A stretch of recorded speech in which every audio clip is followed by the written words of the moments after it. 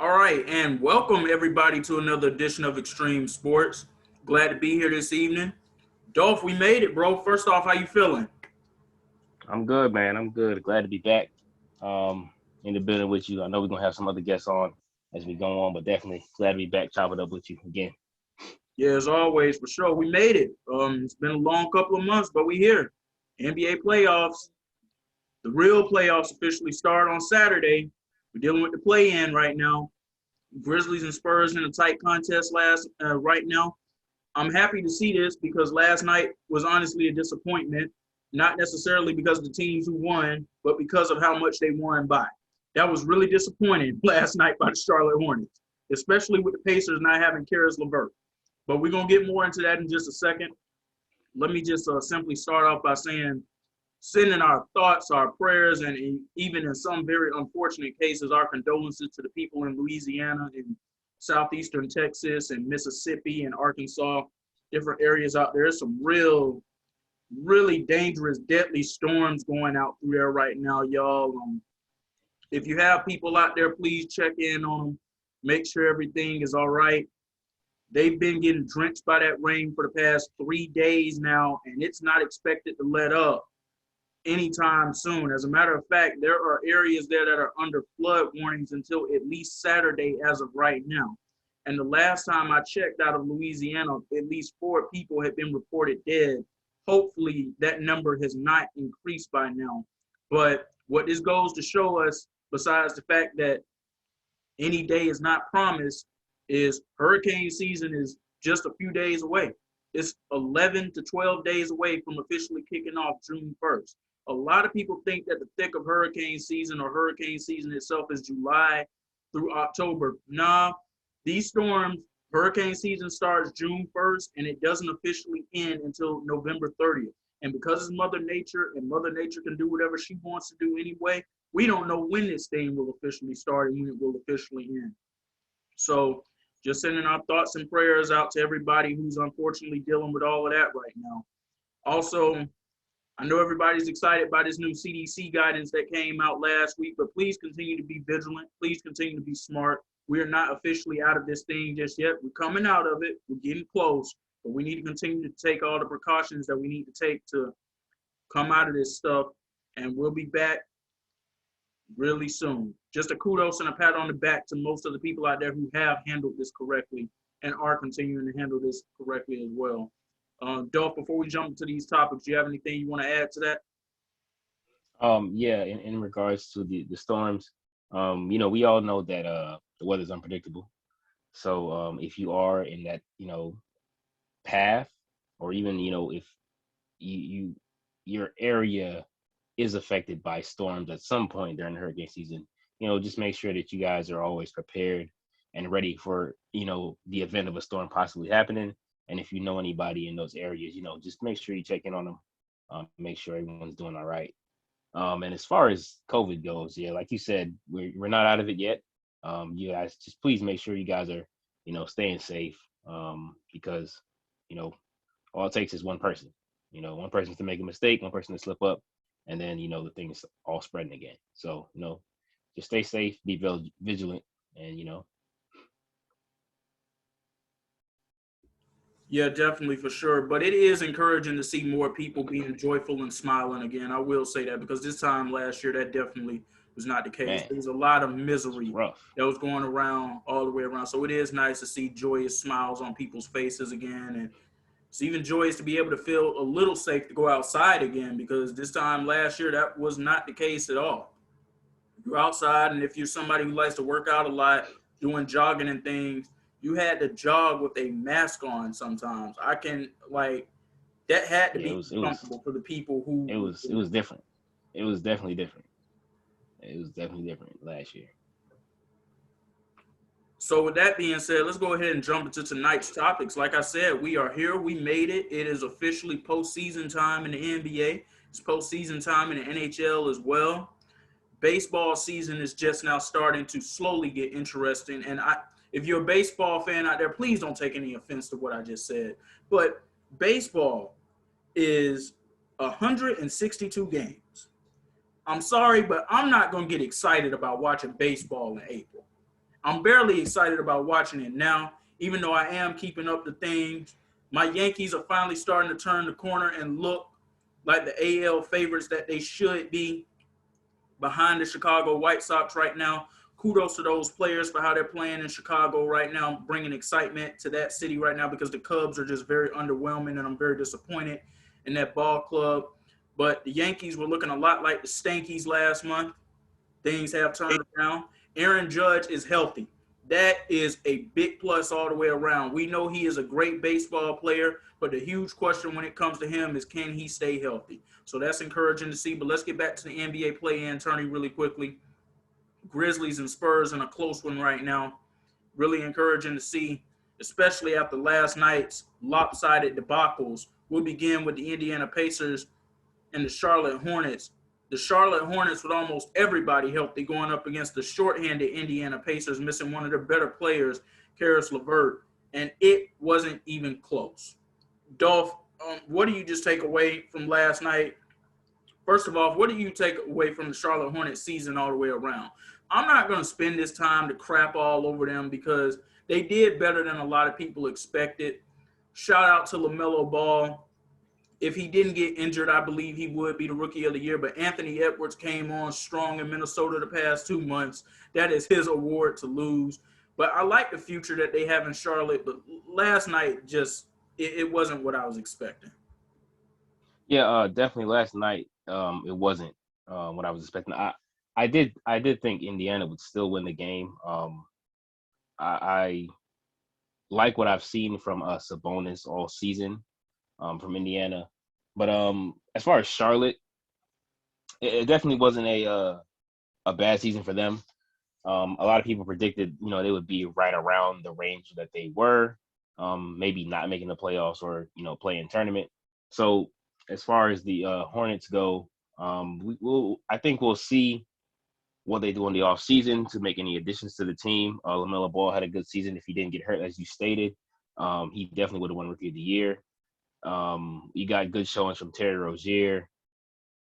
But I expected Indiana to win the game last night, not to the degree that they did. But that's pretty much what happened is what I expected. Indiana to win the game and get that number 7 seed or 8 seed.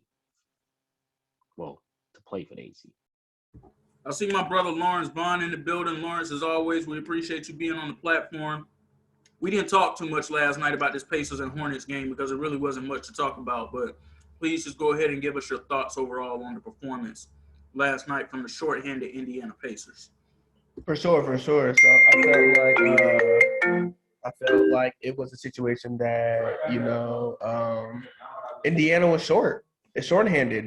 Karis LeVert gets scratched like I want to say maybe an hour, 2 hours before game.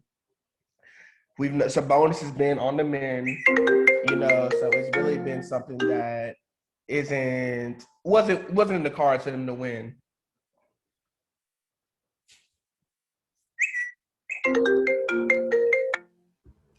Yeah, I definitely agree with you on that there. I will say one thing. The Pacers surprised me last night. I have not seen them play like that all season long. And we'll see if that's a sign of things to come. They will play against the Washington Wizards tomorrow night, where the winner of that game will be the 8th seed in the Eastern Conference. And, of course, the loser will be going home. Speaking of those Washington Wizards, I'm a little disappointed in them from last night. Going to Boston, and they lost this game 118-100. The game honestly wasn't this close in the second half at all. I'm not going to crap all over Russell Westbrook because that was actually one of the better postseason performances I've seen Russell Westbrook have since Kevin Durant left. We've seen him play a lot worse than he did last night. And Bradley Beal, we know he's fighting through a strained hamstring injury right now. So just a shout out to him just for being able to go out there and do his thing. And he didn't play terrible. I feel like a lot of people are hurt right now, though, X. Like, I've always felt that way when it comes to playoff basketball. Nobody's going to be 100%. But you've known at the beginning of the year that on May 19th, May 18th, that's when the play-in was going to be. So it's kind of like, man, yeah, he's hurt. He's doing a torn this, torn that. Braun playing today, he got a messed up ankle. There are other people. Sabonis played, he wasn't feeling good. It's like, bro, at the end of the day, rent is due. They don't care if you healthy, not healthy. Like, you got to be able to hoop. You got to be able to produce. Winners win. The great ones find a way. So it's like, I mean, and that's no pressure. If Russell wants to be known as the triple-double king for regular season, kudos, bro. You got that. Y'all know I say it all the time. Russell Wilson, a stay-at-home dad playing NFL QB part-time. You know, so it's like, hey, you prioritize your life accordingly. All I know is, and X, as you've mentioned before, when somebody tore their Achilles, they walk back to their free throw line and drill 2 free throws. Klay Thompson even walked back on the court, hit 2 free throws with a torn ACL. So it's like, a hamstring, a quad, and hear that. And like I heard or saw, shout out to Dev to see Bradley Beal and Kent Bazemore back and forth. And it's like, yeah, I know you and your feelings, Brad, but it's like, did he lie? Did you pull your hamstring chasing Steph Curry around the court? Because if so, I would have pointed that out too in the meeting. I mean, don't be mad because that's what happened. Well, here's how I feel about that. I just don't like the way that he went about it. He went about it in a joking manner, and you should never really joke about anybody's injuries. That's foul play. That could happen to you. That could happen to your teammate. That could happen to Steph. So he's wrong for how he went about it. But if that was indeed the case, I understand why you pointed out. But the way he did it and how he did it and who he did it in front of, I wouldn't have done it like that. Maybe that's just me, but I wouldn't have done it like that. Dolph, before you respond, our resident Washington Wizards supporter, I don't know if he's an actual fan of the team. Trust me, bro, I feel your pain, bro. I feel your pain because I'm from Atlanta, and Dolph already knows how this works with me. I'm not a fan of those Braves, those Falcons, or those Hawks, but I will support them. I will root for them to do well because they are from my home state. That's where I'm at. That's where I'm at. I'm definitely a Washington football team fan. I'm definitely a Nationals fan. But Caps and Wizards, I kind of like support them from afar, like because they're home team. But what was you had a question or something? You were about to ask something. Yeah, I just want to know what exactly do you take away from last night as you head into tomorrow's win or go home game? Because I think you still have a good shot of winning this. I don't believe Russell Westbrook will have 2 disappointing performances in a row.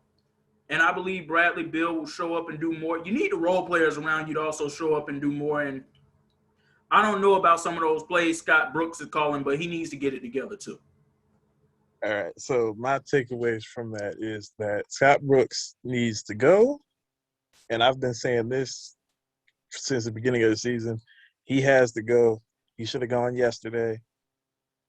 You know, but he wasn't really the reason they lost last night as much as it was the fact that Westbrook went 6 of 18.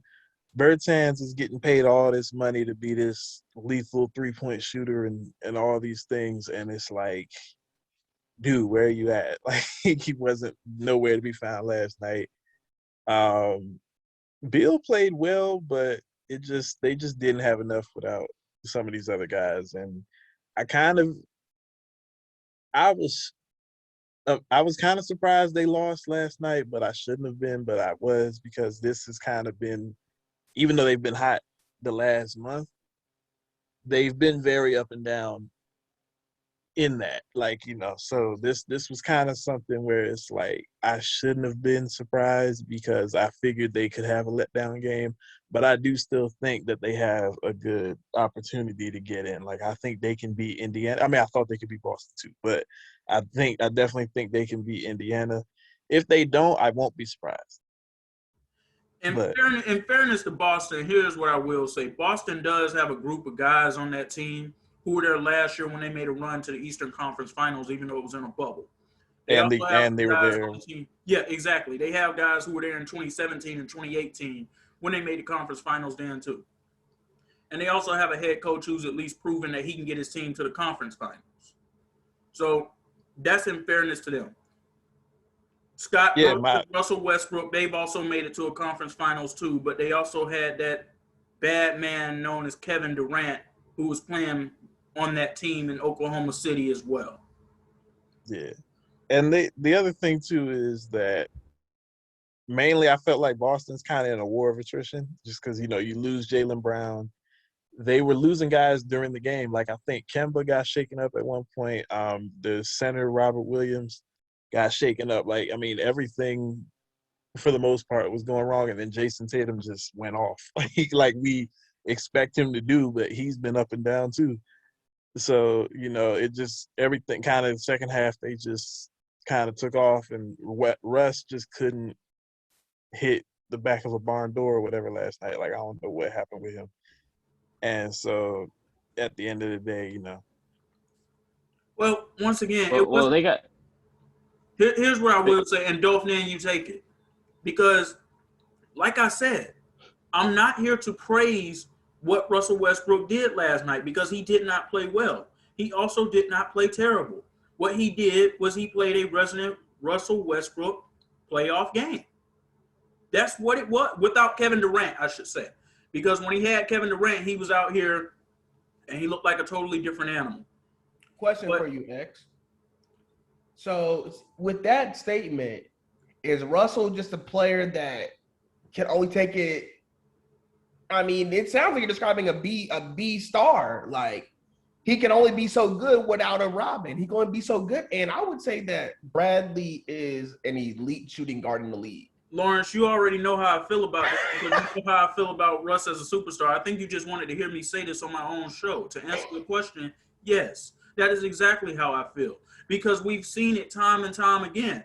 Russ was the man at OKC. I'm not going to count 2017 when it was just him and a bunch of role players going out there against James Harden and a very well-coached and a very well-played Houston Rockets team.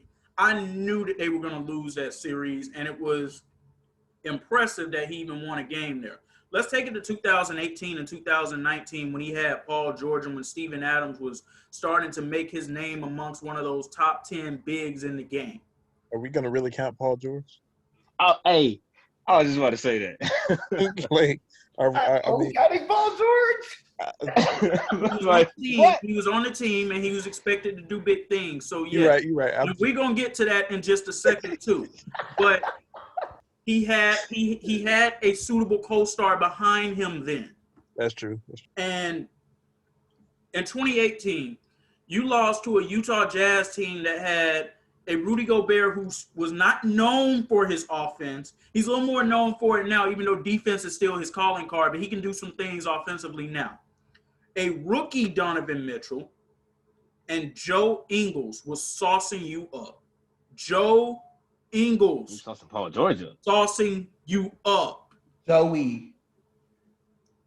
He was in his mind rent-free. And they were not supposed to lose that series. Let's fast forward to 2019. Dame and CJ. The question's coming in. Is this actually a great tandem that can do great things and go far in the playoffs? There was no question on if they were a good backcourt. They were one of the top 3 backcourts in the game coming into that season anyway. I believe it was the Splash Brothers. I believe it was them. And I believe it was Wall and Bill, but unfortunately Wall ended up getting hurt that season. That's what I believe ended up happening there. And Damian Lillard, not only did he send you home, he waved you goodbye. All right, now let's go to last season.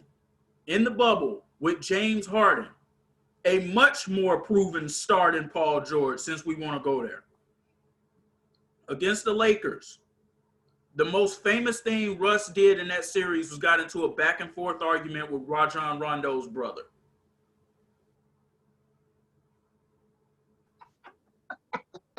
I'm just saying. He right. So this is who he is at this point in his career. Listen, that should not take anything away from him being the triple-double king because that is a spectacular accomplishment. It speaks to his work ethic. It speaks to his all-around game. It speaks to his talent. And yes, he will be a first-ballot Hall of Famer. I don't know why people on Twitter don't believe he should be a first-ballot Hall of Famer. Stop that. But this is what he is. And it just is what it is. Dolph, go ahead and take it, and then we're going to go to our good brother Eli West because I know he's got a lot to say about what I just said. Well, all I have to say on Russell Westbrook is, and Washington in general is like, for one, they didn't play well last night, and they still have, one game. Westbrook may be shaken up, or Beal's got a hamstring, or whatever the case may be. They got one game against Indiana, and there's no excuses at this point. Win or go home. That's pretty much all I have for the Wizards. They got to come out. They got to play better. They shot the ball terrible last night. But shout out to Tatum, giving Boston 50 without, with everything going wrong for them. Yeah, young Jordan with Kobe skills himself. Lawrence, you already know how I feel about my boy JT. Listen, I don't root for the Boston Celtics in any way whatsoever, but I love Jason Tatum. Love Jason Tatum, the basketball player. I've loved him ever since he was at Duke. Of course, you all know Duke is my favorite college team. But every day that I sit here and I think about the fact that Magic Johnson took Lonzo Ball over Jason Tatum, we have this conversation about, De'Aaron Fox, Donovan Mitchell. I'm having it about Jason Tatum because he was literally taken 2 picks later. So every day I think about that, it just pains me. But let's bring our good brother Eli West into the conversation. Eli, your thoughts last night on, well, first of all, you're a big LaMelo Ball fan. And, we talked in our last show about what what the Charlotte Hornets were doing and the movement that they were building there, that young talent. And I still do believe in them going forward. But last night was a disappointment. Yeah, for sure, man. Glad to be here again, guys. Sorry about running a little late on here. But, watching the Hornets play, man, I kind of caught, like, the second half of that game, and I was like, man, the game's over. Looked at some of the stat lines. I want to just say the Indiana, Pacers, they went out there and they just straight ran through those Hornets. I mean, it was a pickup basketball game at that point. Honestly, it was feeling like them boys couldn't miss. There was no defense happening at all. And I truly believe that LaMelo Ball, he still made a lot of good offensive plays. As always, he's a pass-first guard. He's really good at giving teammates the ball, spreading the floor. I think he's going to have a great sophomore year, as he matures more into this offseason and gets more and more collected into his personal skill level. I definitely think that the Pacers, if they continue to play like they displayed last night, I see them actually looking pretty good in the playoffs. So I really liked what I saw out of them last night. But then again, they didn't play against much defense last night. So it kind of was a little too easy for them. But if they are hitting like that, they might be one of those teams that might sleep on somebody in a 7-game series. Yeah, I hate to admit that because y'all know how I feel about the Indiana Pacers and how they did Nate McMillan, who should still be their head coach to this day. But I haven't seen them play like that all season long. That really caught me by surprise last night. Now, moving on to the second game of the evening, it was a second-half disappointment, honestly. I was expecting more out of the Washington Wizards. I'm not necessarily going to say a win, but just your thoughts on last night overall. The Celtics, first of all, Marcus Smart got banged up at one point. Kemba Walker got banged up at one point. Robert Williams got banged up and did not return to the game. And Jason Tatum just absolutely put on a show in that third quarter and that second half as a whole. Just first of all, give me your thoughts on how you think the Wizards fare going into tomorrow night's matchup against the Pacers that will decide the 8th seed in the Eastern Conference. Honestly, the Wizards have a lot to step up to going in. I really like the team that they have. It's sad. I like the team between Bradley and Westbrook. But Westbrook is, once again, he shows why his nickname outside of Mr. Triple-Double is Westbrick. He lives up to that name day in and day out when it counts. And, what I saw yesterday, the performance in general, it wasn't an urgency. It didn't feel like they truly wanted to go out there and secure it. And now going up against the Pacers, like I said, if the Pacers come out on all cylinders like they just did, Washington has no chance. If that happens, if the Pacers come out just like they did last night, I do not see Washington at any point having a chance in there. Westbrook has to learn that he cannot take a lot of shots, and he needs to facilitate the ball a little bit more. Even though he facilitates a lot, he needs to facilitate it just a little bit more, get comfortable shots inside the lane, stop shooting so much on the outside, and just let Bradley Beal do majority of the scoring. Get him open, run the offense a lot more through him, and we'll see a totally different outcome. Well, see, here's the thing, though. In the second half, it's like the entire team adopted the philosophy of we're just going to shoot jumpers. In the first half, they were attacking the basket. Then I kept seeing jump shot after jump shot after jump shot, and then it was brick after brick after brick. So, yeah, I mean, we got to go back to attacking the basket here. And if they want to beat the Pacers tomorrow, they're really going to have to attack the basket against Sabonis and Miles Turner. And we'll see if Karis LeVert plays tomorrow. I don't think he will by him being I think he's supposed to be out. Okay, yeah. So we'll see. And that honestly should be a hand up for the Wizards. But the Celtics not having Jaylen Brown last night should have also fared in their direction as well, but it didn't. So we'll just have to wait and see what happens. One thing I will say, shout out to Jason Tatum for helping the Celtics out and, securing that win. But, me as a big Brooklyn Nets fan, I kind of feel bad for the Celtics. They got to come against us in the series. So, oh man, the Nets. It's one of those things where they got to face us in the series. We got the big three back. They're healthy. We're looking good out there. I mean, it's gonna be all-star basketball out here in the playoffs. The Nets guy is here. The Nets guy is here. So quick question for you, Eli. Yes, sir. I was looking at the matchups if Jaylen Brown wasn't hurt. And if Marcus Smart wasn't hurt, that would have been a very interesting matchup for these guys. I believe they're talking about it on First Take or whatever. I can't remember the show, but supposedly there have been talks between Kemba and Kyrie that Kemba thinks he's better than Kyrie, as he should. There have been things that Marcus Smart has said that he's the best defender, period, in the league. Jason Tatum, is that budding superstar, and you got Jaylen Brown. I feel like, not saying that they would beat y'all, but that would be a prime time matchup, which is we very rarely find for the Celtics in case where all their players, Jaylen, Jason, Kemba, even Marcus, are, I would say, still trying to prove their worth. Mm-hmm. Jason's trying to show that he is a superstar. Jaylen's trying to show that he doesn't live in Jason's shadow. Mm-hmm. And I felt like if they were all healthy going up against y'all, with y'all getting healthy, that'd be a great measuring stick to see, like, all right, Jason, you are this good. Because I would hope Jason would guard Kevin. Yeah. I would hope Marcus would take James Harden. And I would hope Kemba would take Kyrie. So I was looking at that matchup. I'm like, wow, if they were all healthy, this would be the perfect time to be like, all right, Kemba, how good are you? All right, Marcus, how good are you? Like, do y'all just depend on Jason, as we seen the other night? Or can y'all do y'all own thing as well and really put the heat on Brooklyn? Yeah, so, I definitely think that it was I thought about that yesterday, and I was like, man, after they won the game, I said, this was a healthy Celtics team. What would the series look like against my Nets? And honestly, I still think it would end out maybe 4-2. I give them 2 games. I confidently give them 2 games, one at home and then one in Brooklyn, by chance sneaking one in there in Brooklyn, mainly because, yes, Jason Tatum is a ticking time bomb. Any day of the night, he can show up and drop 40, 50, on a dime when it's needed. And at the same time, Jaylen Brown, he's another, I wouldn't even call him a sleeper at this point. When he's on, he is on. So, one thing I think is their weak link on that, honestly, is Kemba. He steps up every so often. And that's the reason why I see this series going 4-1, if not possibly a sweep. But I think that Boston may get one at home.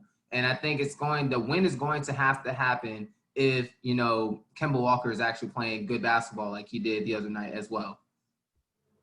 Not only that, I'm saying that the win is going to have to happen at home in Game 3.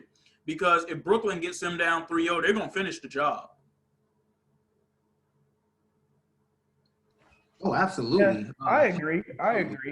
Absolutely. Yeah, 4-1. 4-1. I think Tatum and Kemba will have one good game combined, like they did last night, and they'll get one out of it. But it definitely would have been interesting to see them healthy, against Boston. But the problem with me with Boston all year is they've been way too inconsistent. So I really think it's going to be 4-1. They'll get an explosion from Tatum and Kemba in one game, maybe Game 3, like you said, Xavier. But that will be it. And depending on what happens in this upcoming series and how competitive it is, no matter how short or how long it is, I'm going to be very curious to see how the offseason goes in Boston, too. We've heard about Brad Stevens' name possibly being on the hot seat or being up for other jobs. I don't know how much I actually believe that, but, we'll see. And I think it just creates a very interesting dynamic right there. But once again, shout out to Jason Tatum for that spectacular performance he had last night. Now, let's speak a little on this Spurs and Grizzlies game. It's a close contest right now, and this is such a welcome sight compared to what we saw last night. Lawrence, I'll start it off with you. Is Ja Morant going to make his first playoffs this year? I don't know. It's hard to tell. It looks like Dylan Brooks is the one carrying him tonight. So, hey, like was said, you still, even if you win this game, well, you win this game, you win there. I would hope so. I really want to see it, especially seeing him get I don't know what the word I'm looking for is, bamboozled out of his 8th seed last year. So in their attempt to put Zion in the limelight. But we saw this year that little Zion thing is not going to work out. You need to lose by another 30, 40 pounds to be truly effective. But in terms of Ja, I would hope so. I feel like he has the charisma, the game, and the playmaking ability to have his playoff matchup must-see TV. I won't go as far to say that they could beat Utah because Utah has really been clicking on all cylinders all year long. But I think they could push Phoenix to 6. I thought they could put some heat on Phoenix, especially if there's a night where Devin don't show up. I feel like Phoenix is just really like top heavy, and there isn't really a lot of depth scoring wise. That is when you make your way down to 6, 7, 8 on their roster, maybe even 5. I don't think they're gonna make it in. I think because winner of the game tonight, of course, gets the 7. Whoever loses that game, I think beats Memphis if they win tonight. I do like what I see from Valanciunas throughout this season. Tonight he's like 20 and 20, I think, and Dylan Brooks as well. He was holding them down against Golden State the other night till he fouled out, and then Curry, just took off. But I think the winner, I think the Lakers and the Warriors are going to be the 7th and 8th seed. And that's going to be dangerous territory for the Phoenix Suns and the Utah Jazz. Those are two teams I honestly would not want to see in the first round if I'm either one of those teams right now and you don't have that for sure guy that you can go to match up against either AD or LeBron for that matter. Now, with that being said, I don't believe that the Grizzlies are going to make it either, but I will say this. Shout out to Dylan Brooks because he was doing this last year in the bubble. It was just on a smaller scale. I don't want to compare what he was doing to what Jamal Murray was doing because Jamal Murray and Donovan Mitchell, they were giving us classics in that first round series in the bubble last year, just going back and forth with each other. And once again, prayers up to Murray. Hopefully that ACL heals up and he comes back better than ever. But Dylan Brooks was showing you that he was one of those young guys that the Grizzlies were going to have to build around for years to come, especially not being able to depend on Jaren Jackson Jr. being healthy. Now, I'm glad to see him out there now, but he, so far in his first 3 years in the league, he's been on the mend a lot. Dev, go ahead and give us your thoughts on this contest right now. Well, I do think Ja and them can get in. I thought they were gonna get in last year, before COVID and everything happened. But obviously they didn't. I think this year they do it, but I think they could. I'm trying to figure out how to say this the right way. I don't know if Utah really is like as potent as everybody thinks. Like, I don't know if it's just kind of a regular season thing, and I don't know. It just Utah. For some reason I just can't really trust them yet. I mean, obviously they got Gobert and Mitchell, and they're gonna win if they play Memphis. But when they get deeper in the playoffs, I just wonder what they're gonna do against a team like the Lakers, obviously, or like if the Lakers lose to Steph and company today with what they do against some of these other teams. It's going to be interesting, really. But to the Memphis thing, I think, yeah, they do got some young pieces. I feel like the only thing they're really missing is age because they're all like really young. So, and in the NBA, it takes a while for some guys, like, because everybody keep coming in at 18 and 19, so it's going to take a couple of them a minute, I think. But they're getting there. They got something cooking. Well, here's what I'll say in regards to what you just said before Eli chimes in on this one. Here's why I don't count out Utah right now.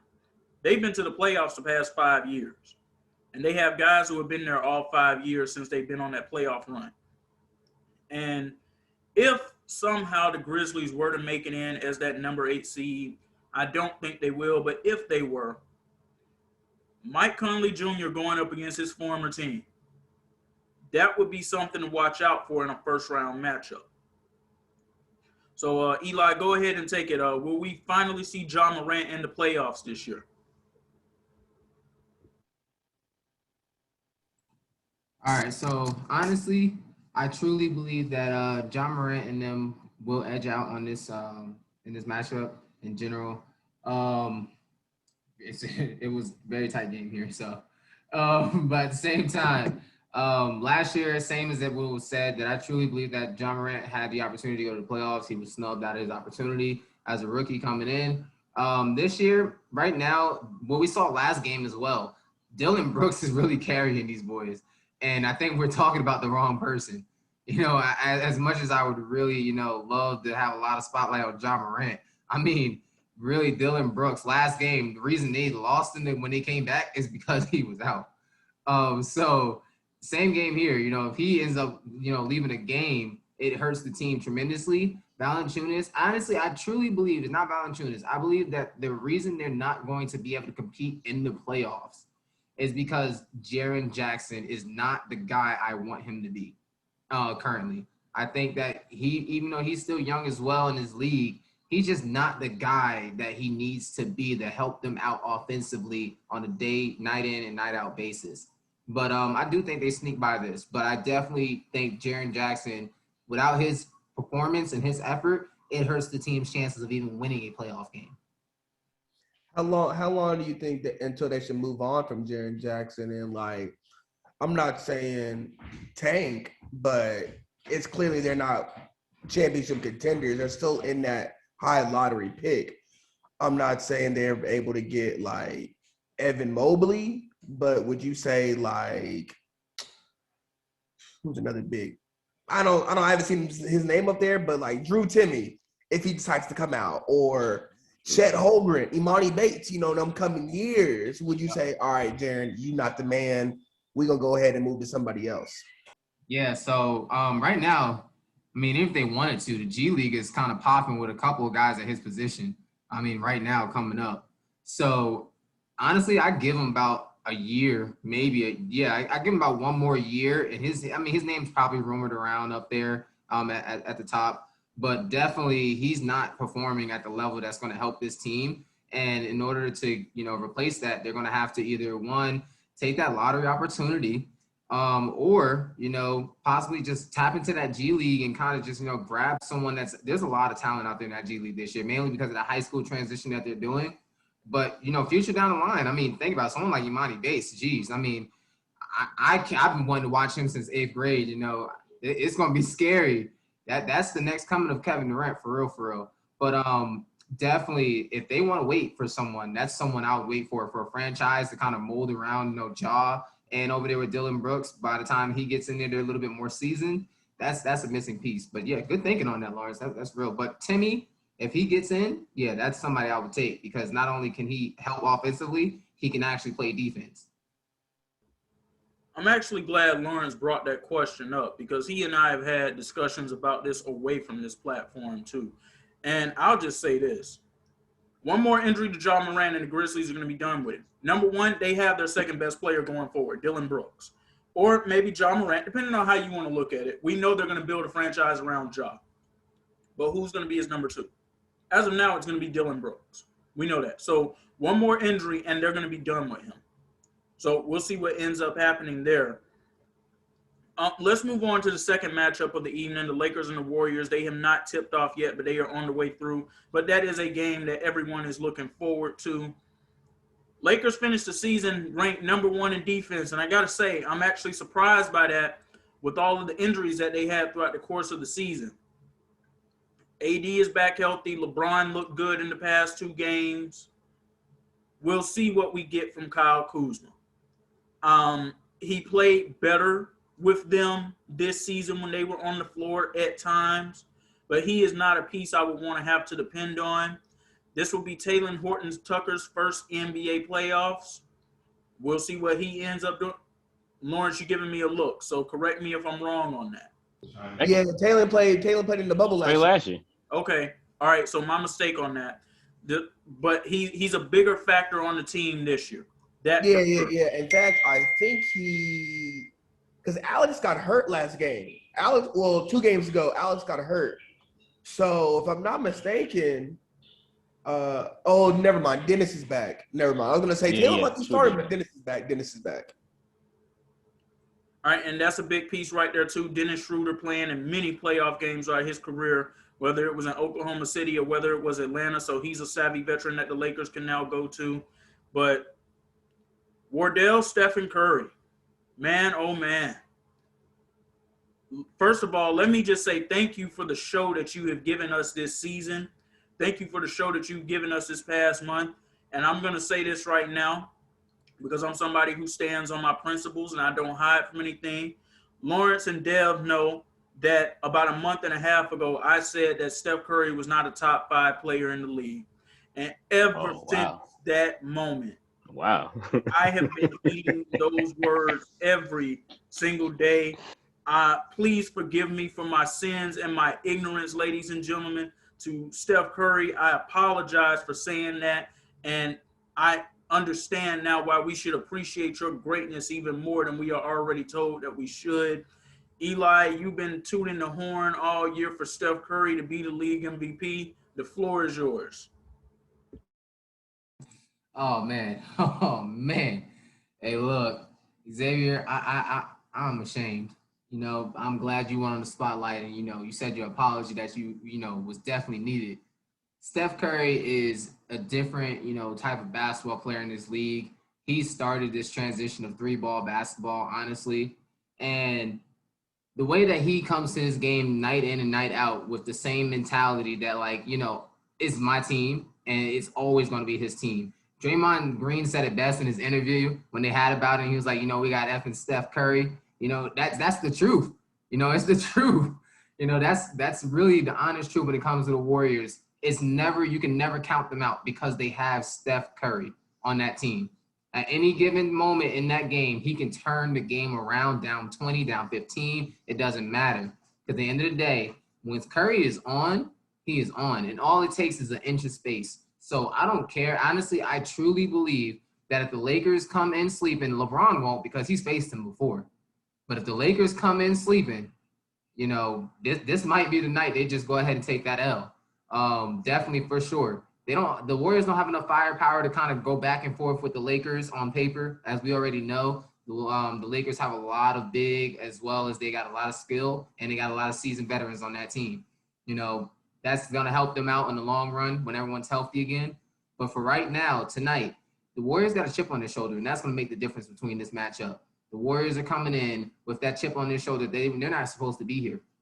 They're not supposed to be here. So Steph Curry, MVP in my mind, may not happen, but at the end of the day, we all know. We all know. Lawrence, go ahead and take it. I just want to say that beginning of the year, X and Dev know there were a lot of talks going on in our group chat talking about if Steph is a top 5 point guard, he'd get his squad in the playoffs. See all this talk from Braun, carrying these terrible squads and still getting in the playoffs. Well, here we are. And like you said, Eli, if there's one thing that worries me, it's the ability of Steph Curry to lose his mind and just start pulling up. We've seen imitators, Damian, Devin, but there's only one original. and that's Steph Curry. With LeBron's ankle not being 100%, man, he came out and said, I don't know if I'll ever be 100% again. Not that that was a lot of clickbait, but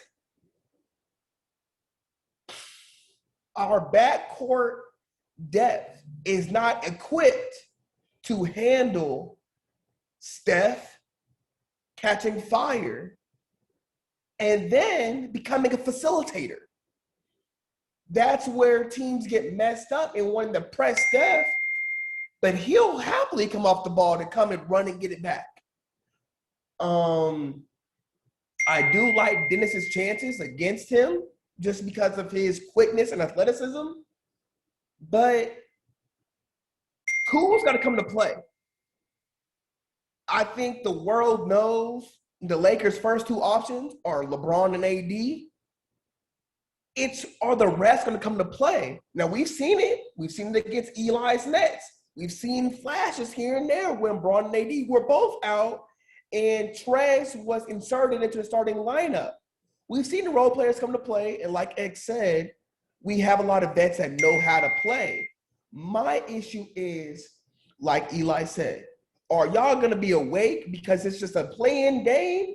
Or are y'all going to think, Golden State not supposed to be here, their second best player, Draymond Green, we're going to skate by them? Because as I want to say it was 2 weeks ago. No, it was last week. It might have been the last game. Jordan Poole and whoever else the other guy was erupt for 20 plus each. So with Wes Matthews, we have been on the search for a reliable 3-and-D shooting guard for probably the past 10 years after, well, not 10 because Kobe did it all, but after Kobe left, I mean, we even tried it with Kobe when Kobe was there with Jody Meeks. We tried Danny Green last year. Now we're trying Wes Matthews. It's like that one position where we need 3-and-D is we can't find it. So if we can just find a way to manage Steph, control him in the key moments of the game, I think we get out of here. Because like you all said, ain't nobody messing with our depth, our length. Andre Drummond coming in the side, learning how to play with winners, actually. Talon is a big guard. Cool. We have a big squad. So we just come out there and do what we need to do. We shouldn't have no issues tonight. All right, Dev, the floor is yours. All right. Now I'm going to tell y'all, Steph Wardell Curry is that dude. He is that dude. There were people talking about he's washed. Not X. I'm talking in Twitter and stuff. Like that, oh, he's washed and he's this and he's that and all this stuff. And dude just started lighting everybody up. And my thing is, I still don't know, though, for his sake, I still don't know if he'll be enough by himself to beat that team, the Lakers. I think they could give him a scare, and I think they will give him a scare, but I don't know if he's enough because, I don't know. Do we trust Andrew Wiggins in a playoff game? Do we trust Draymond's cool as a defender, but who else can you really go to on that team without a healthy Klay Thompson? That's the only thing that scares me about Golden State as they're constructed currently. But hold on 1 second, Dev. Sorry to cut you off. Mm-hmm. John Morant just missed a free throw in a 3-point game with 8 seconds left. Oh, You continue. Yeah, he just missed the first free throw. It's a 3-point game. Memphis up 3. But that's crazy. But yeah. But that was pretty much all I had to say. I think they'll make it interesting, but ultimately, even with a halfway healthy LeBron, I just don't see them losing to Golden State. All right, Dolph, go ahead and bring it home.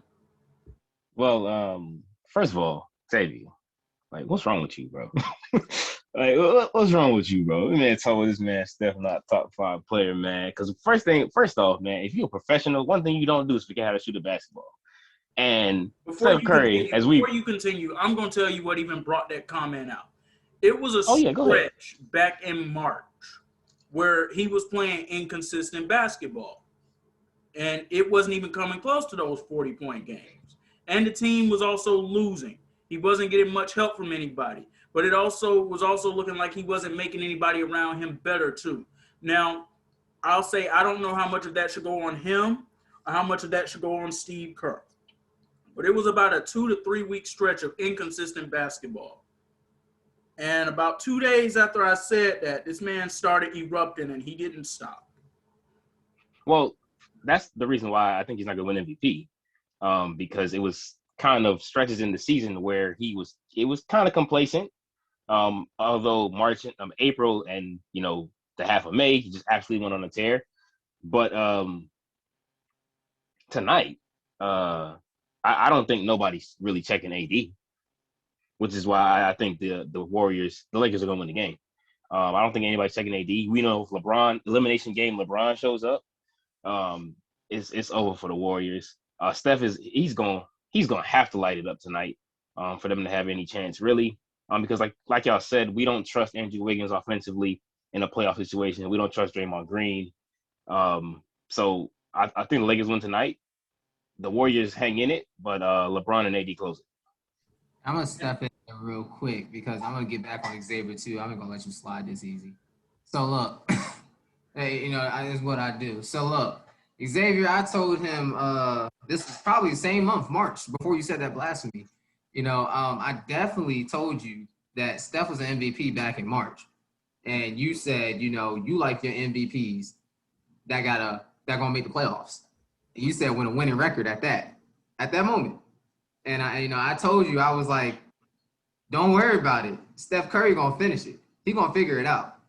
And it was almost like a week and a half later, he was on fire and he figured it out.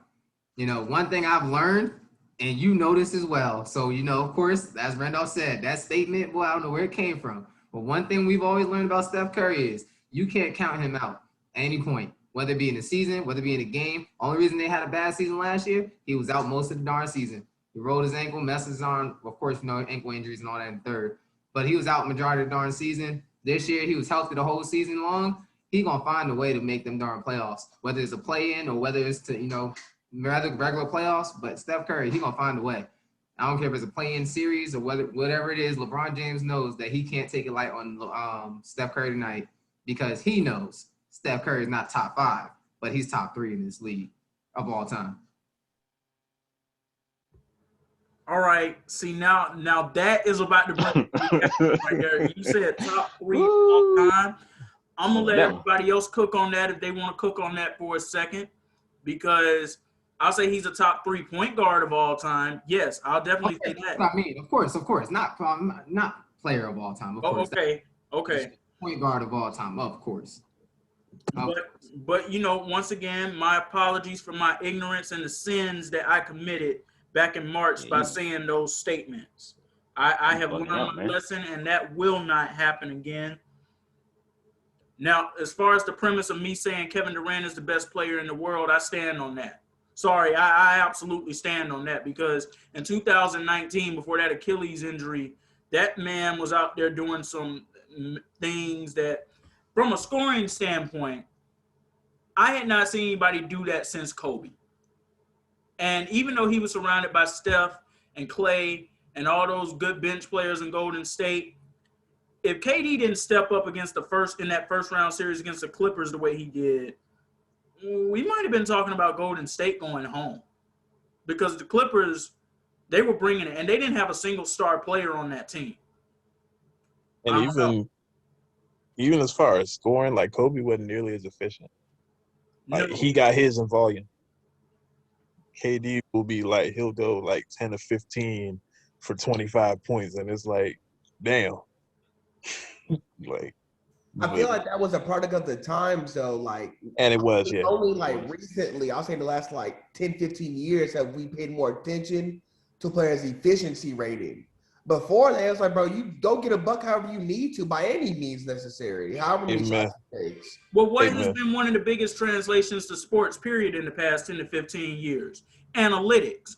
Efficiency is all about analytics. That's the only reason we care about this stuff now, because sports is becoming so analytical. And I am yay and nay on that too. But I'll stand on my premise of saying KD is the best player in the world. I got LeBron at number 2. I'm not one of these people that's got LeBron out of the top 10 and saying he's washed and all that. No, I'm not the person that's doing that. But I stand on KD being the best in the world. But to Steph Curry, to the Steph Curry fans out there, to Steph Curry's family, I apologize for that. All right, now let's move on to some NFL really quickly. Big news that happened last week that really got some things stirred up in the world of social media. Tim Tebow is back in the NFL, ladies and gentlemen. He is now playing the tight end position for the Jacksonville Jaguars. And, yeah, I feel the way about this that the fellas feel about it. He's 33 years old for starters. Let me go ahead and say it. I'm not even going to bring the Kaepernick thing into play here that everybody else is doing on social media. I'm not even going to go that far with that. It's just, why would you make a move like that in a locker room full of veterans like that? It's such a college move on the part of Urban Meyer. And now I'm kind of scaling my stance back here a little bit on Urban Meyer going to Jacksonville and doing a good job. Maybe I need to apologize for something else prematurely I said a couple of months ago when this hiring first happens. It reminds me of when the Cowboys signed Jimmy Johnson away from the University of Miami, even though that happened years before I was born. I just do a lot of research on these types of things. Well, I never saw Jimmy Johnson make moves like this. And even when he drafted his college quarterback out of Miami in the NFL supplemental draft back in 1989, he was drafting him directly out of college. It wasn't somebody who had been out of the league for 8 years. And Urban, if you wanted Tim Tebow to just be a part of your organization, you should have named him as an assistant. Before the fellas chime in here, they were playing some footage on Undisputed last week of when Tim Tebow was on the New York Jets just taking up a roster spot.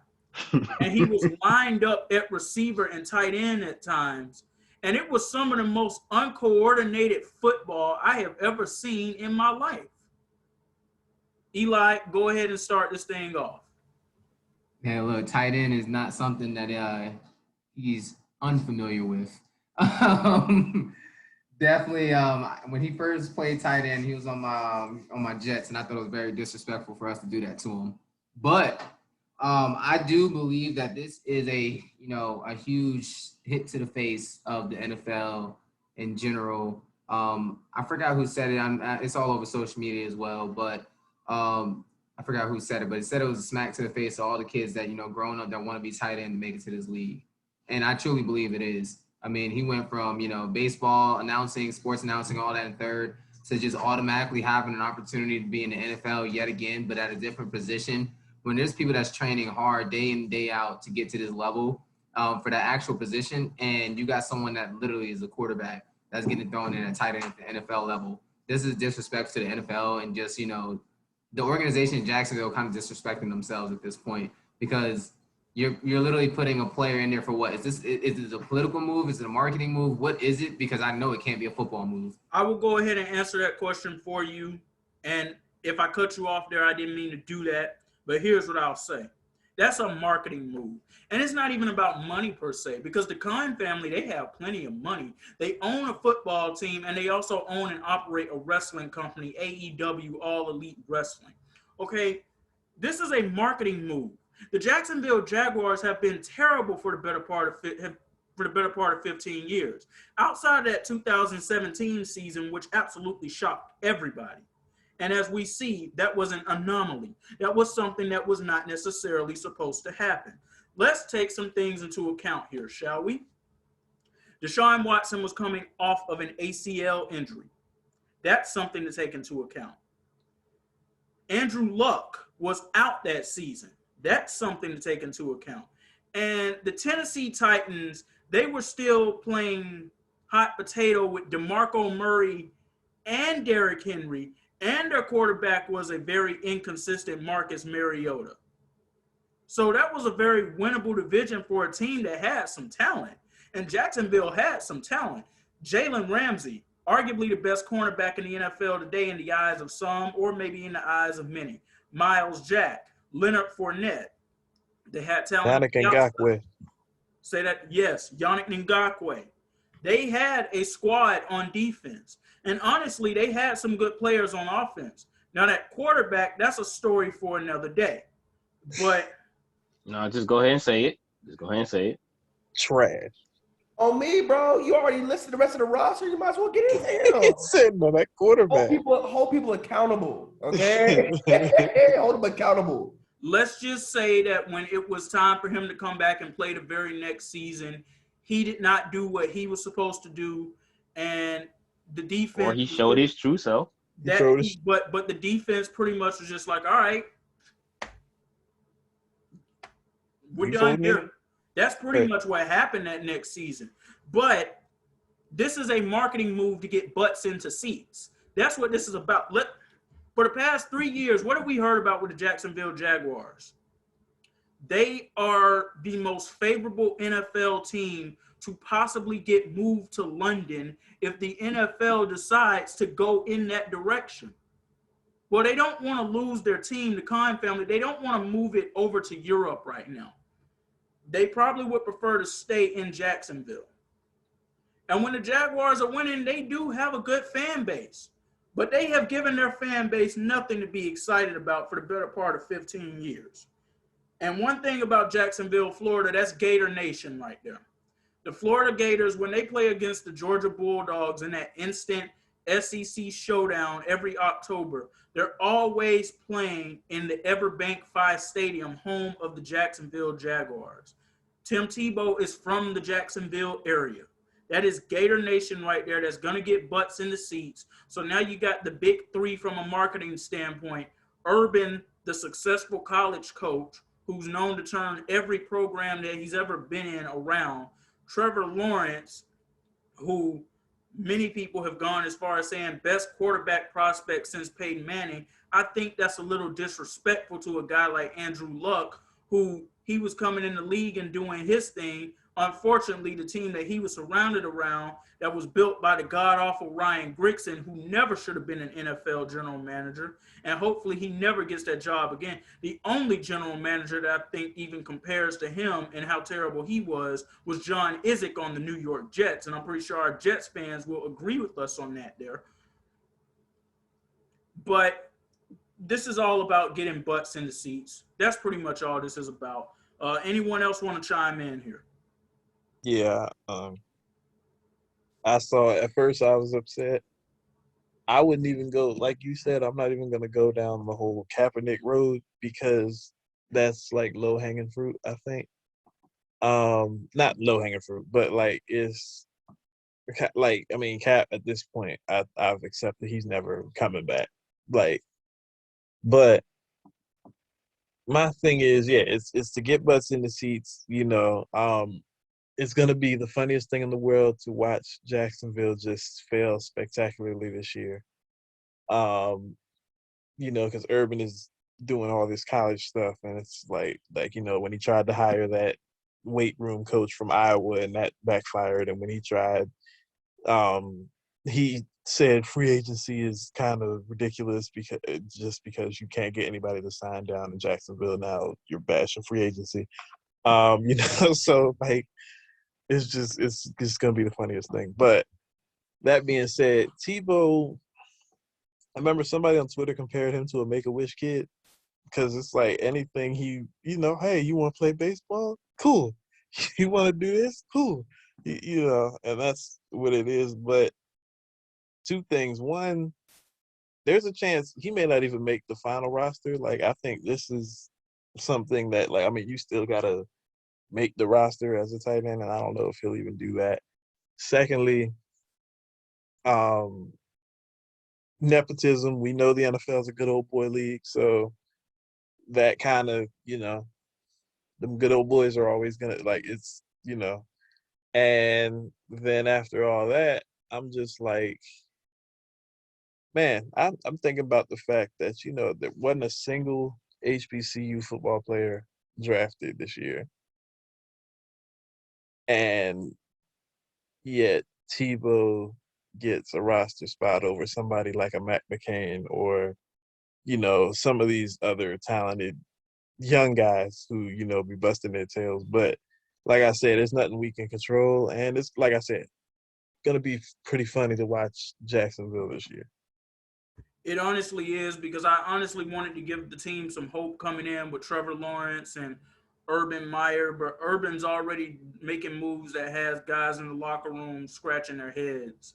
So, we'll just have to end up seeing what's happening. But as of now, the Jacksonville Jaguars are still a circus. They just have a little bit more talent on the team right now. Dolph, we'll go ahead and we'll go over to you, and then we'll go over to Lawrence. Man, Tebow ain't playing no tight end, man. That's all stunt, man. That's Urban for some reason signing one of his old players. I don't even understand why. If you want to bring him in on the staff, just bring him in on the staff. Don't waste the roster spot that you guys have, clearly stated. It's marketing, like you said, Xavier. He has to make the team. He's not gonna make the team as no tight end. As far as his stint with the Jets, man, first of all, we should never sign that man. I don't know why they did it, but Punt team. who's right? Say again. I said punt team. It had no reason being on the roster, man. But we all know who was running the franchise at the time. Another set of incompetent people. And that's my only take on it. Tebow ain't playing no regular season football for the Jaguars as a tight end. That ain't happening. Lawrence, before we get your complete thoughts in on this, let me bring another player into play here. Kelvin Benjamin, the former receiver of the Carolina Panthers, Buffalo Bills, and if I'm missing another team that he ended up getting a shot at, my apologies on that. It's just that his window of fame as far as being an elite player in the league only lasted one season. That was his rookie season. He got hurt his second year, and that was the season the Carolina Panthers went 15-1, and Cam Newton won MVP, and they went all the way to the Super Bowl. And he came back the next season, and he was completely out of shape. And he never really got back into shape. But he's now getting another shot as well. The Giants are signing him as a tight end. So my question, and Lawrence, you can chime in on the Tebow stuff as well, but I want to move it more so in this direction. With these two players in particular switching positions, do you see this becoming a trend amongst current players in the league who may not be getting shine at a certain position that they play, or maybe even former players who are not currently in the league but want to try to get back in? You know what I mean? All right. I feel like if they were gonna switch positions, this would be something you should do coming out. Like that should be something that's like, hey, your circus should be telling you, like, bro, you're not gonna get it here. You need to switch over. In terms of Tebow, it's kind of like I've heard, like, we've all thrown out different words, but I feel like the thing that sums it up best is just like white privilege. Like, man's played quarterback, never blocked before. They never ran a route.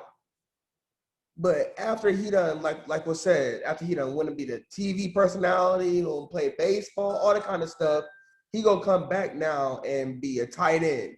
So he gonna be blocking Cameron Jordan, Aaron Donald, like these type of people. Like, what type of sense was there to do that outside of, like what's that, marketing, best friend, another best friend a favor, and white privilege? Because like Dev said, yeah, there's a Kaepernick shit. And yeah, there's the HBCU stuff. But how many other actual NFL tight ends that were free agents were sitting out there if you really needed a tight end? But you're going to go get somebody who's never played the position before in hopes to win. Because I believe that every time somebody is signed to a roster, no matter the sport or whatever, there is the hope behind it that said person can make our team better. I'm just not seeing that with Tebow translating to tight end. And I would be more accepting of it if this was his sophomore year in the league or his junior, like fresh in the league. All right, I'm not going to get it as quarterback. Let me switch over. But you tell me you doing this at 33, and I don't even know, like, isn't he like average height? I think he's below average height for a tight end. So are we putting the fate of the Jacksonville Jaguars on the arms of Trevor Lawrence and the feet of Tim Tebow? Is that what's like happening here? Because, like was said, this is just Urban playing Madden football in real life, trying to win. And as Dev already said, I predict that this is something that's going to end up blowing up in his face. But I'll make one correction to one thing you said, Lawrence. I've seen Tim Tebow run routes as a receiver or a tight end before. I saw it a few times when he was on the Jets. It was just No, you miserable didn't. and abysmal No, to you watch. didn't. He ain't run no routes now. No, I saw him run some. He ain't run no routes. That man came off the line of scrimmage and was jogging somewhere. He ain't run no routes. Okay, so all right, I understand what you're saying when you say, I'll say it like this. I saw him running on the field. That's the best way I can put that. Now, as far as running correct routes, no. And it was just miserable and abysmal to watch. It was some of the most uncoordinated football that I've ever seen in my life, and I don't expect it to change now. Let's switch gears to some baseball here really quickly. The Los Angeles Dodgers making a move that was not exactly considered splashy, but I believe could ultimately help them in their quest to repeat as the World Series champions.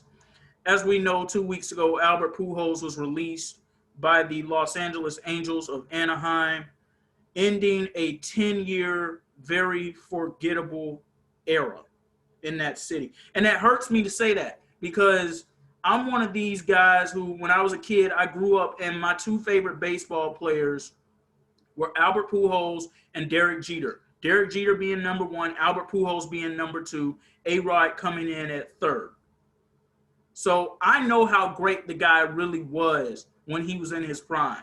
Albert Pujols on the St. Louis Cardinals, that is one of the top 20 baseball players of all time. If you just put that part of his career in a vacuum.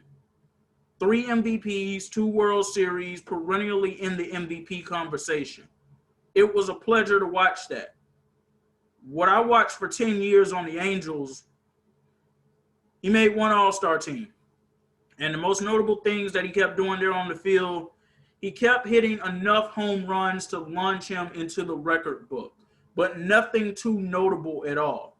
Now, what I do believe was a plus for the Angels here, and I believe we'll hear more about this in the years to come as he decides to talk about it.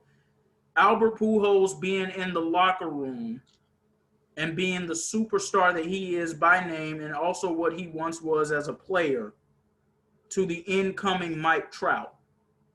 I believe that was very beneficial to the career of Mike Trout. Now, as far as what Trout was as a talent, he was going to be that anyway. But as far as this rise that he had, ever since Mike Trout's been in the league, he's finished top 3 in MVP voting. So I believe Albert Pujols played a big role in the development of Mike Trout as a consistent star player in the league. Because honestly, when you look at it, and Dev, I want you to start off here because we go a lot back and forth here with this baseball stuff. Mike Trout's rise in the league and where he currently stands now, and also let me say prayers up to him as well, because he is going to be out 6 to 8 weeks with a calf injury. So that's not good for that team. They were already sputtering anyway, and now they're probably just going to continue to go down. But let's get back to his career here as a whole for a second. When you look at Mike Trout's career and the way it has started out, it's very similar to what Albert Pujols did in St. Louis. Yeah, pretty much. The only difference is he ain't never been – well, no, he went to one playoff run, and then the other ones, they haven't even gone. Like, Trout, I think, like you said, I mean, as far as talent, he was going to be that. But, like, his mindset and just the way he thinks about things, I think Pujols definitely did benefit him for that. But, yeah, I mean, the Angels, I just don't get how they continue to just be so inept. Like, with all the talent that they have and that they continue to keep signing people and they just never can put it there. Like, Shohei Ohtani right now, for people who are paying attention to him. It's just lighting it. He's a two-way player. He's lighting it up as a pitcher and as a batter. Leads the league in home runs. Let me say this before you continue. He's a modern day Babe Ruth right now. Yeah, damn near. Like the numbers back that up too. Like it's crazy. Like you got him. They signed Anthony Rendon last year. You know, coming off of a second place MVP finish and a World Series championship with my Washington Nationals. Then you obviously have Mike Trout. You bring in what's the manager's name from the Cubs? He used to play for the Cubs or used to manage the Cubs. Joe Madden, and that's Joe why Madden. I thought, and I thought he was going to get this thing turned around, and it's just not working out right now. Not working. I'm like, what are the Angels? What is it? Are they cursed? Like, what? Why do they just continue to bring this talent? Pujols, when they got him, everybody thought it was going to be whatever 10 years ago when he came here. And, like, and remember this too when they signed him, because I'm glad you brought up that exact point. They also signed Josh Hamilton to a huge contract following that too. Yep. Like, I don't know why they just continue to not figure it out. Like, for the last 10 years now, like they keep bringing people in and nothing's. I mean, part of it is pitching because they don't have no pitching, but they keep bringing guys in and nothing is changing. And I don't get how, like, because baseball is different than other sports. Like, if you collect that much talent in baseball, you will turn it around eventually. Like, we see it with the White Sox this year. They're number one in the league, like best record. You saw it with the Astros drafting all them number one picks. The Nationals with their farm system when they finally won a championship. Like, baseball, more than any other sport, you will turn it around if you sign well and if you draft well. And the Angels, for some reason, can't do it. I don't know what Here's they're the not. biggest difference. Here's the biggest difference in what you're saying. They're signing guys. I don't hear about them bringing guys up through the system right now. That's part of the problem right there. When you talk about those Angels teams that, except for Trout, of course, when you talk about the Angels teams that were good and competitive in the 2000s, that was a team that was built mostly up through the farm system, and they have gone completely away from that now at this point. But getting back to the point of why we're even talking about this, the rumors were out there that the St. Louis Cardinals were in play to bring Albert Pujols back home so he could finish his career playing with the Redbirds. But about 15 minutes after that, we all received a notification saying that Albert Pujols had signed with the Los Angeles Dodgers. So it's very clear that he wasn't trying to leave LA. Can't say I blame him for that. But Murderer's Row, Death Row, it just continues over there in the blue and white. The Dodgers are now what the Yankees were 20 years ago. They are the premier destination in baseball right now. And to Eli and Randolph, I mean, listen, we all love our Yankees. We love them. But let's just face reality here for a second. They are not who they used to be.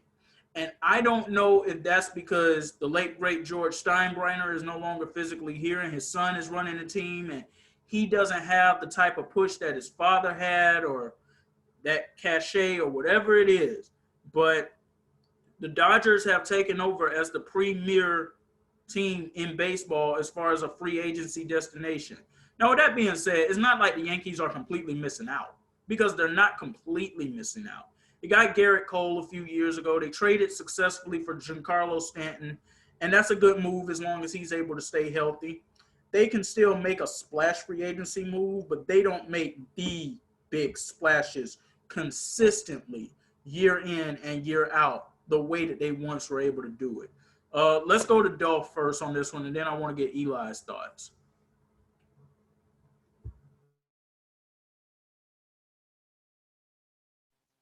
All right. Well, as far as Pujols to the Dodgers, that's him. Like you said, want to stay in LA, and them just trying to add another piece to successfully win another championship. That's pretty much all I have on that. His career, his stint with the Angels, we all know that was, very unfortunate for him, for the player he was in St. Louis. But as far as the Yankees, so speaking of the Yankees really quick, Kubler threw a no-hitter tonight against Texas. Almost threw perfect game. One walk. Yeah. Shout out for real. Yeah, Corey But Kluber. like to the point, the Yankees, like the last couple of years, man, like they've been close. They've been close to getting back to that championship, to the World Series. But like it's just something's been in their way, the last couple of years. So hopefully, this season, they can get over that hump. I want you to hold your thought really quickly because I need to bring one thought to everybody's attention. It's the middle of May and baseball just had their 6th no-hitter. That's insane. We used to have baseball seasons where you see 6 no-hitters throughout a total season. It's May. It is the middle of May. We are not 2 months into the season, and they just had their 6th no-hitter tonight, courtesy of Corey Kluber. There was another no-hitter last night thrown by a pitcher on the White Sox as well. And Dev, you and I were having this conversation last night. It's like, this is insane what's going on right now.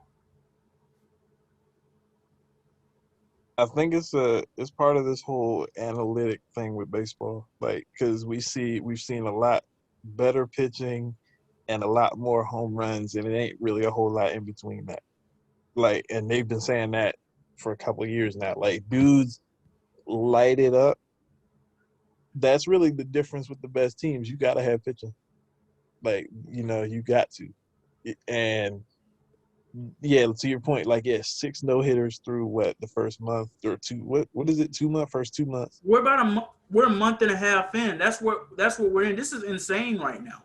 Yeah, 6 no-hitters. I don't know how many perfect games. I think it's been like 2 perfect games, something like that. So yeah, it's crazy. Really crazy. Now, to that point, if some of these teams had thrown no-hitters, maybe you wouldn't have to throw balls at players who break these unwritten rules, But We're going to touch on that. But I want to get back to Dolph really quickly because I know he still has some more he wanted to add. My bad. I didn't mean to cut you off on that there, Dolph. But that was something that when you brought that point up, I'm like, that's insane because he just had their 5th no-hitter of the season last night, and now we're at number 6, and we're only a month and a half in. It's something we're seeing a change in baseball. Now, with that being said, I don't know if it's for the better, but it's definitely a change that's happening right now. And actually, like, now that I was sitting here thinking about it, that's kind of been one of the Yankees' downfall in the last couple of years. It's kind of been their starting pitcher. They have a couple of guys now who, come playoff time, they've shown that they're capable. But we're gonna see. They started the season horrendous. Actually, like 2 to 3 weeks in, I was looking at them like, yo, what's going on? But they kind of turned it around the last couple of weeks.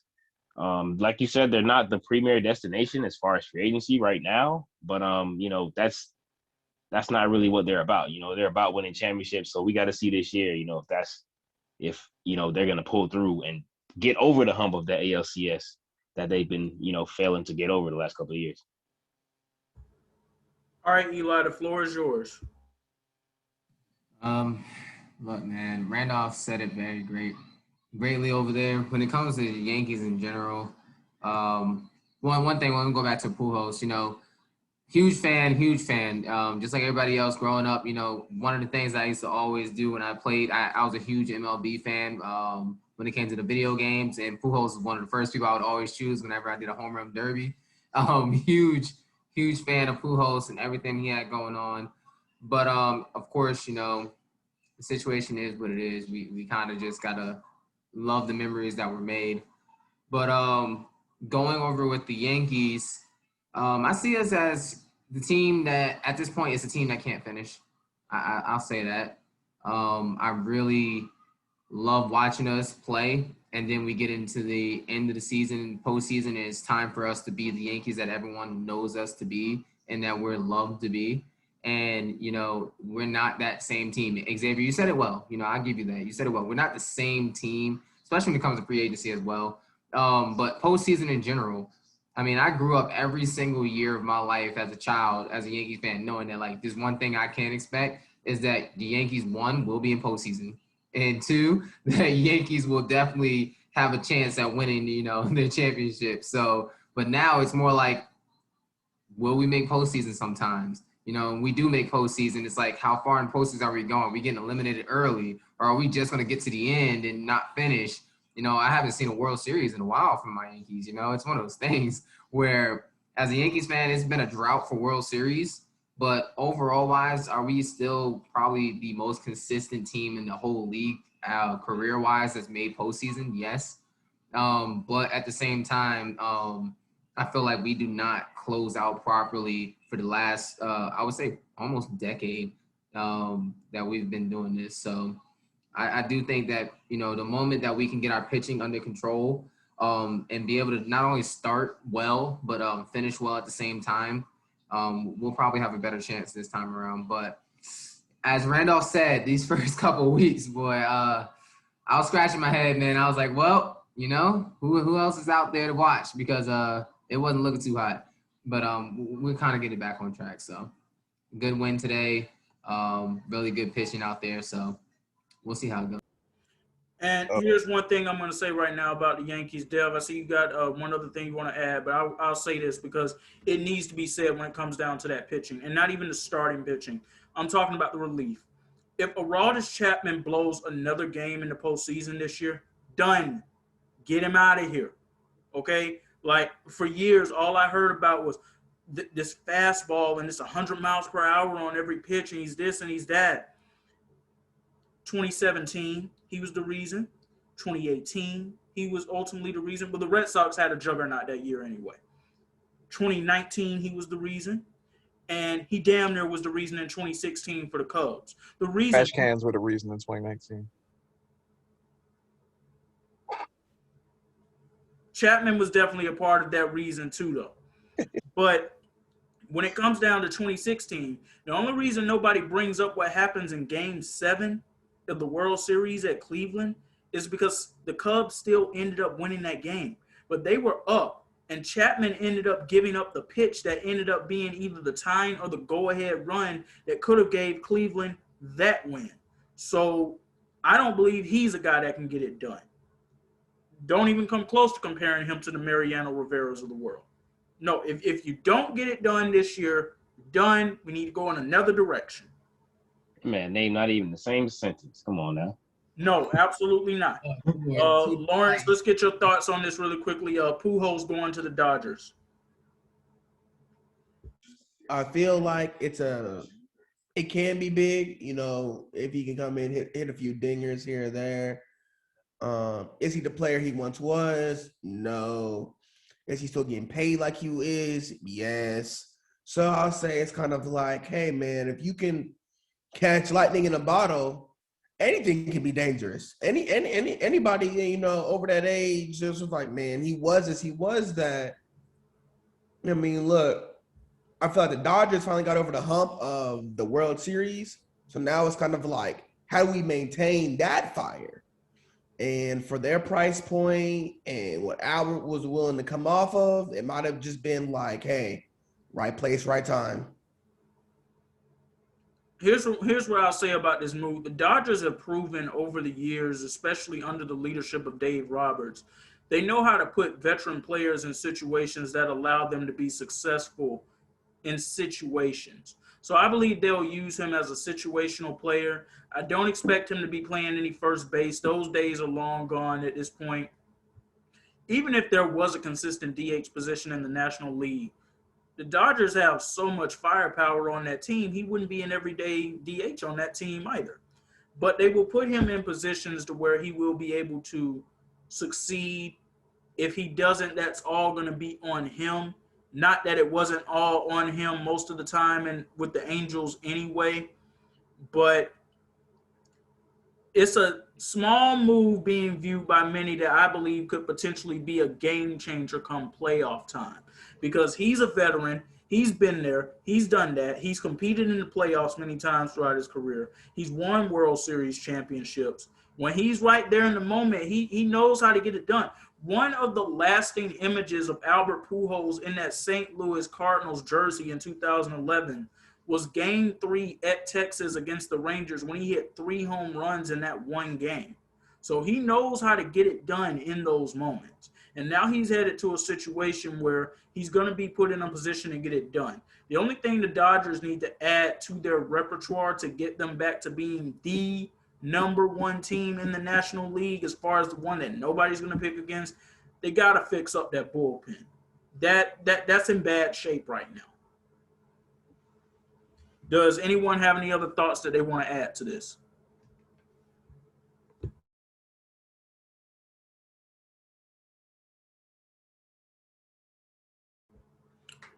All right, so we'll begin to wrap this up, but we're going to wrap this up on one of those famous X-Factor rants that the people know from Savannah State University. Randolph and Eli have seen this before, and they're about to see it again tonight. And, of course, if the fellows want to chime in on it afterwards, they can. I got a big problem with Luke Walton continuing to be a head coach in this league right now. Luke Walton is still living off of that win streak in Golden State when they started off 24-0, and that stretch in Golden State where I believe they went 37-3, if I'm mistaken. I don't have the numbers in front of me right now, but that is what earned him a head coaching job in the league. That stint right there.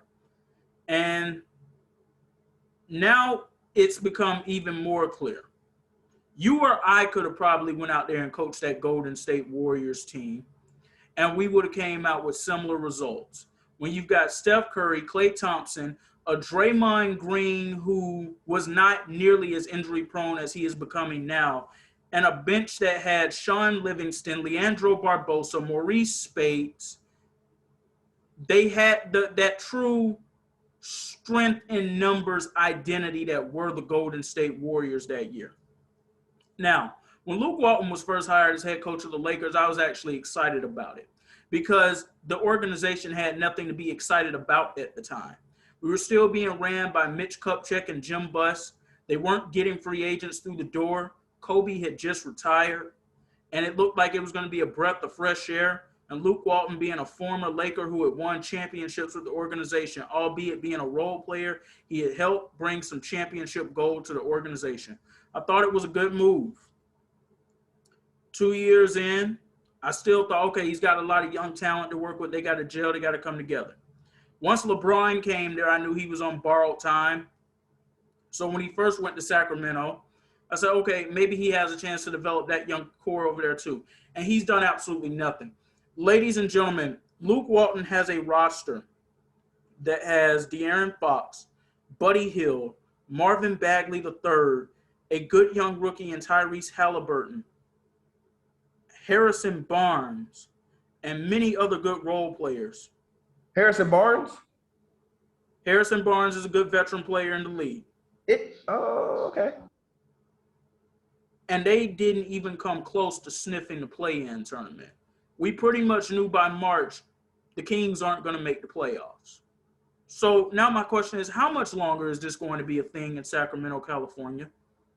You have too much talent on that roster to allow it to go to waste. Are you really going to waste Marvin Bagley and Buddy Hield and De'Aaron Fox and Tyrese Halliburton like this by bringing Luke Walton in for another year? You have way too much talent on your roster for this experiment to continue. Luke Walton, it's time to either go back down to the ranks of being an assistant or maybe even being given a shot at being a college head coach. University of Arizona, Luke Walton was a good player at Arizona. And Sean Miller, he's out. We'll see how things work out with this new coach. Maybe there's potentially an opportunity there for him within the next few years. But as far as being a head coach in the NBA, this needs to stop. Let me just bring this thing home by simply saying this. Lloyd Pierce was the head coach of the Atlanta Hawks for about the same amount of time that Luke Walton was the head coach of the Sacramento Kings up until the point that he was fired. And I don't know if Lloyd Pierce would have turned this season around for the Hawks.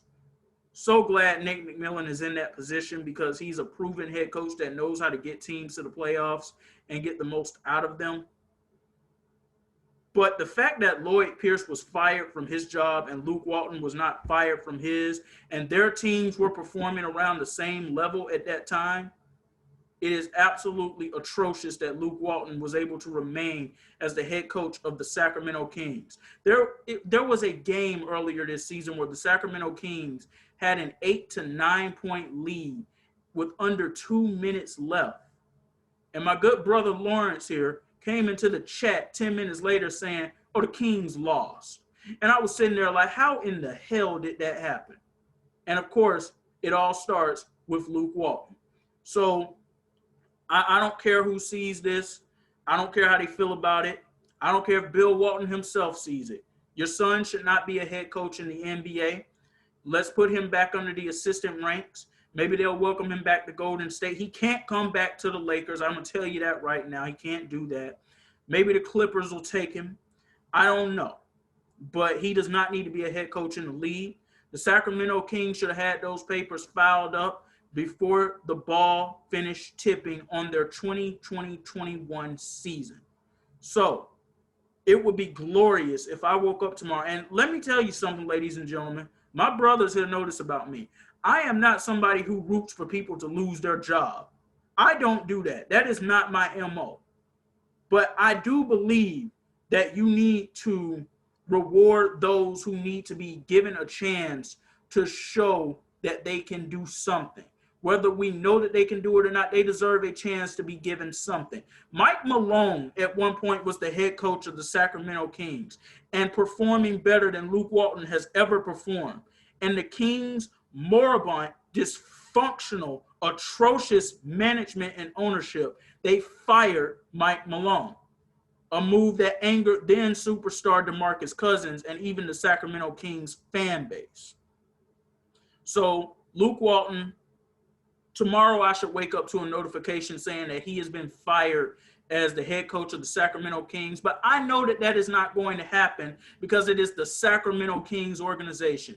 And Vlade Divac and that ownership, Shaquille O'Neal, who has a stake in ownership for the Sacramento Kings, I don't know how much say-so he actually has, but this is very disappointing, and you all need to get somebody else in there, give them a shot to try to prove some results, and don't waste the best young crop of talent that you've had since you had Brad Miller and Mike Bibby and Chris Webber and Peja Stojakovic and a young Hedo Turkoglu back in the mid to early 2000s.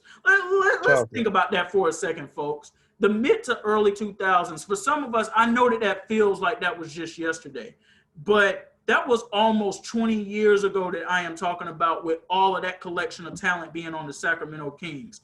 And this is the best collection of talent they've had since then, and they are wasting it. It just makes me sick. It's ridiculous, and it's just atrocious. I think that's kind of some disrespect on that King squad, because look at the roster now, bro. These cats are not that good. These guys are not that good. Like, I understand like the Marvin Bagley love, but it's like your best attribute has to be availability.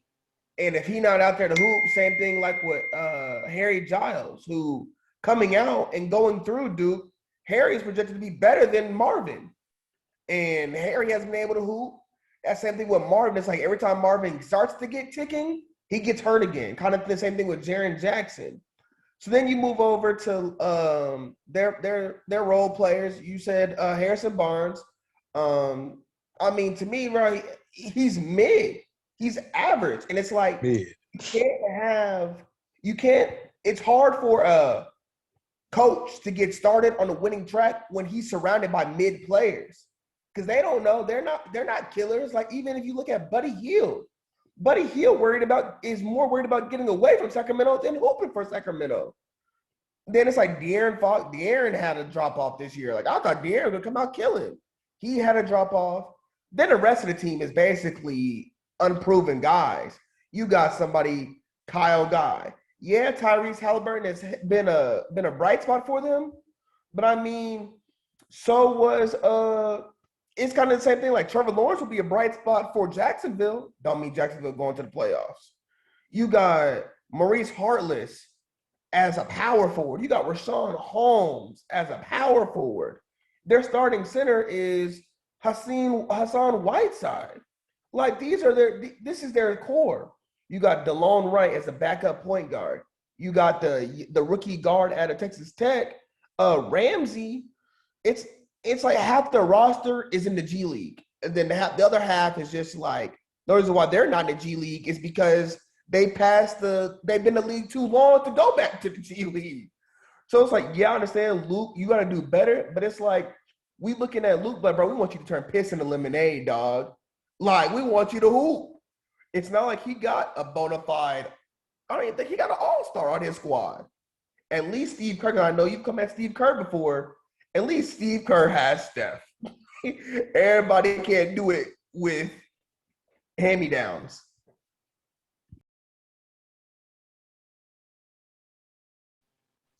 Yeah, like I said though, I do think Luke has to go only because he's been there too long, and considering they were kind of sort of turning the corner right before he got there. Like the last dude that was there had gotten them like a game or two away from getting to the playoffs, and De'Aaron Fox was kind of looking like he could be that guy. And then Luke gets there, and it just all goes to hell.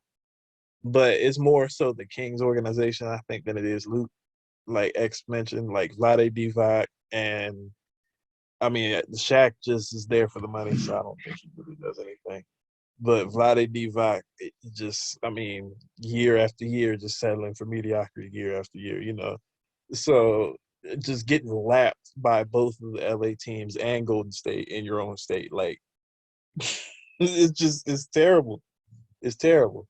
So I don't even know really what coach would want to go over there for all those reasons, because you're a small market team. It's not like you can get free agents to come play for you. Because like I said, in your own state, you got the Lakers, the Clippers, and Golden State. Like, am I really going to pass over them to go to Sacramento as a free agent? Hell no. Like, no. Now, they got to knock it out in the draft, and that's where they keep, at least in the last few years, that's where they keep bombing. And I don't know. But Luke Walton has to go. Even though I saw reports saying that his job is safe for now, but I just don't see how they can realistically say that unless they don't have a strong backup plan, which is also possible.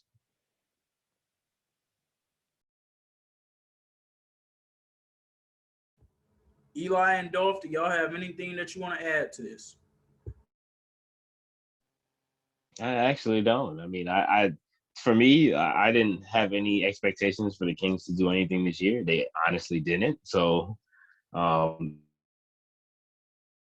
they wanted to part ways with Luke Walton, that's completely up to them. I had no expectations for them, so I don't have any. I don't have much to say about the Kings, man. I like De'Aaron Fox. That's about it. But when it comes to Luke Walton, man, look, I give it to you, Xavier, on this one. I really like to try to find reasons to go against what you're saying because you have a lot of good takes on some things, and then some are controversial. But this one, you're spot on, man. Luke Walton is not a NBA level coach at all. I mean, maybe the AAU circuit. I give him a chance. That's just me just trying to be funny. But honestly, college basketball is probably a good stepping stone for Luke Walton out here. That definitely take that route because there's a lot of jobs in college basketball that can use a Luke Walton. But NBA wise, he hasn't done nothing spectacular, and the Kings are a product of him actually giving a chance to have a good team that he could formulate and he can make or break. And he's done more of the breaking and not really much of the making. So that's about it. All right, well, I'm going to go ahead and I'm going to wrap this up. Let me give a shout out to brother Matt Craig out there. He was joining us earlier. I believe he had to jump off. It may have been related to some of that horrible weather that's going on in Texas and Louisiana right now. Matt, if you are dealing with that, do what you got to do. Stay safe, bro. We not going anywhere. We here with you. We praying for everybody down there. And once again, prayers, thoughts, and unfortunately also some condolences to the people in those areas right now. Those are some horrible, deadly storms that are going down through that area right now. At least 4 people in Louisiana were confirmed dead earlier this afternoon, and hopefully that number has not grown since then, but very unfortunate situations down there. And once again, it's just a reminder that not only is every day not promised, but continue to live every day to the fullest. But as far as where it stands with these storms, it is a reminder that we are 12 days out from the official start of hurricane season. And Mother Nature is going to do what Mother Nature wants to do anyway. So that season could start before then, and it could also end after its end point, which is supposed to be November 30th. So everybody go ahead, gear up, listen to your local meteorologist, turn on the weather channel, and start gearing up, especially if you are in one of those potentially high impact areas, like where I am in Florida or Louisiana or Texas or anywhere on the Gulf. Start getting that water, those batteries, those generators, start getting all of that stuff together. Do not wait until the last minute and have to rush shop to get this stuff done, because it may or may not be there. And also want to give a shout out to our brother Eli West. I'm not going to get into this man's business here on this platform. Just know that he's out there doing big things. And I just want to say thank you to my brother, man. I appreciate you. I love you, bro. And I thank you for being the man and the person that you are, and continuing to raise the standard and being the standard bearer that you are. But more importantly than that, always pushing others to live in that same light as well. Get the most that you can out of every day and live every facet of your life to the fullest. Yeah, man, that's all love. I really do appreciate that, man.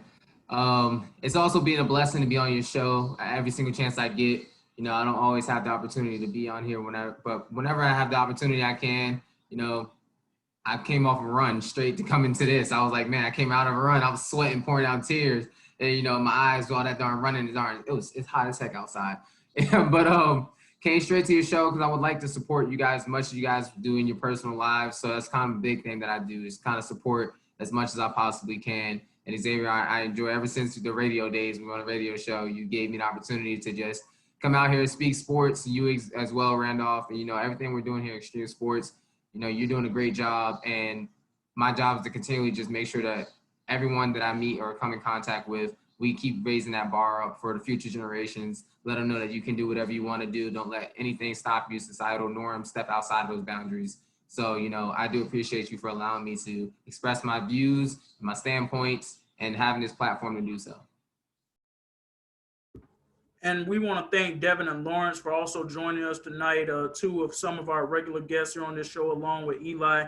Shout out to the ladies on our show. They couldn't join us tonight. We hope to have them here with us next time. Shout out to everybody here on the Xtreme Sports team that helps make this platform the way that it is. Shout out to Brother Dolph. We're glad to see that you're feeling better, bro. It's definitely good to see you back in the building. Yeah, man, I'm glad to be back. Definitely shout out to all y'all, man. You know what I'm saying? Just everyone, of course, man, stay safe, man. Always strive for greatness. And I know we all do that here on a regular.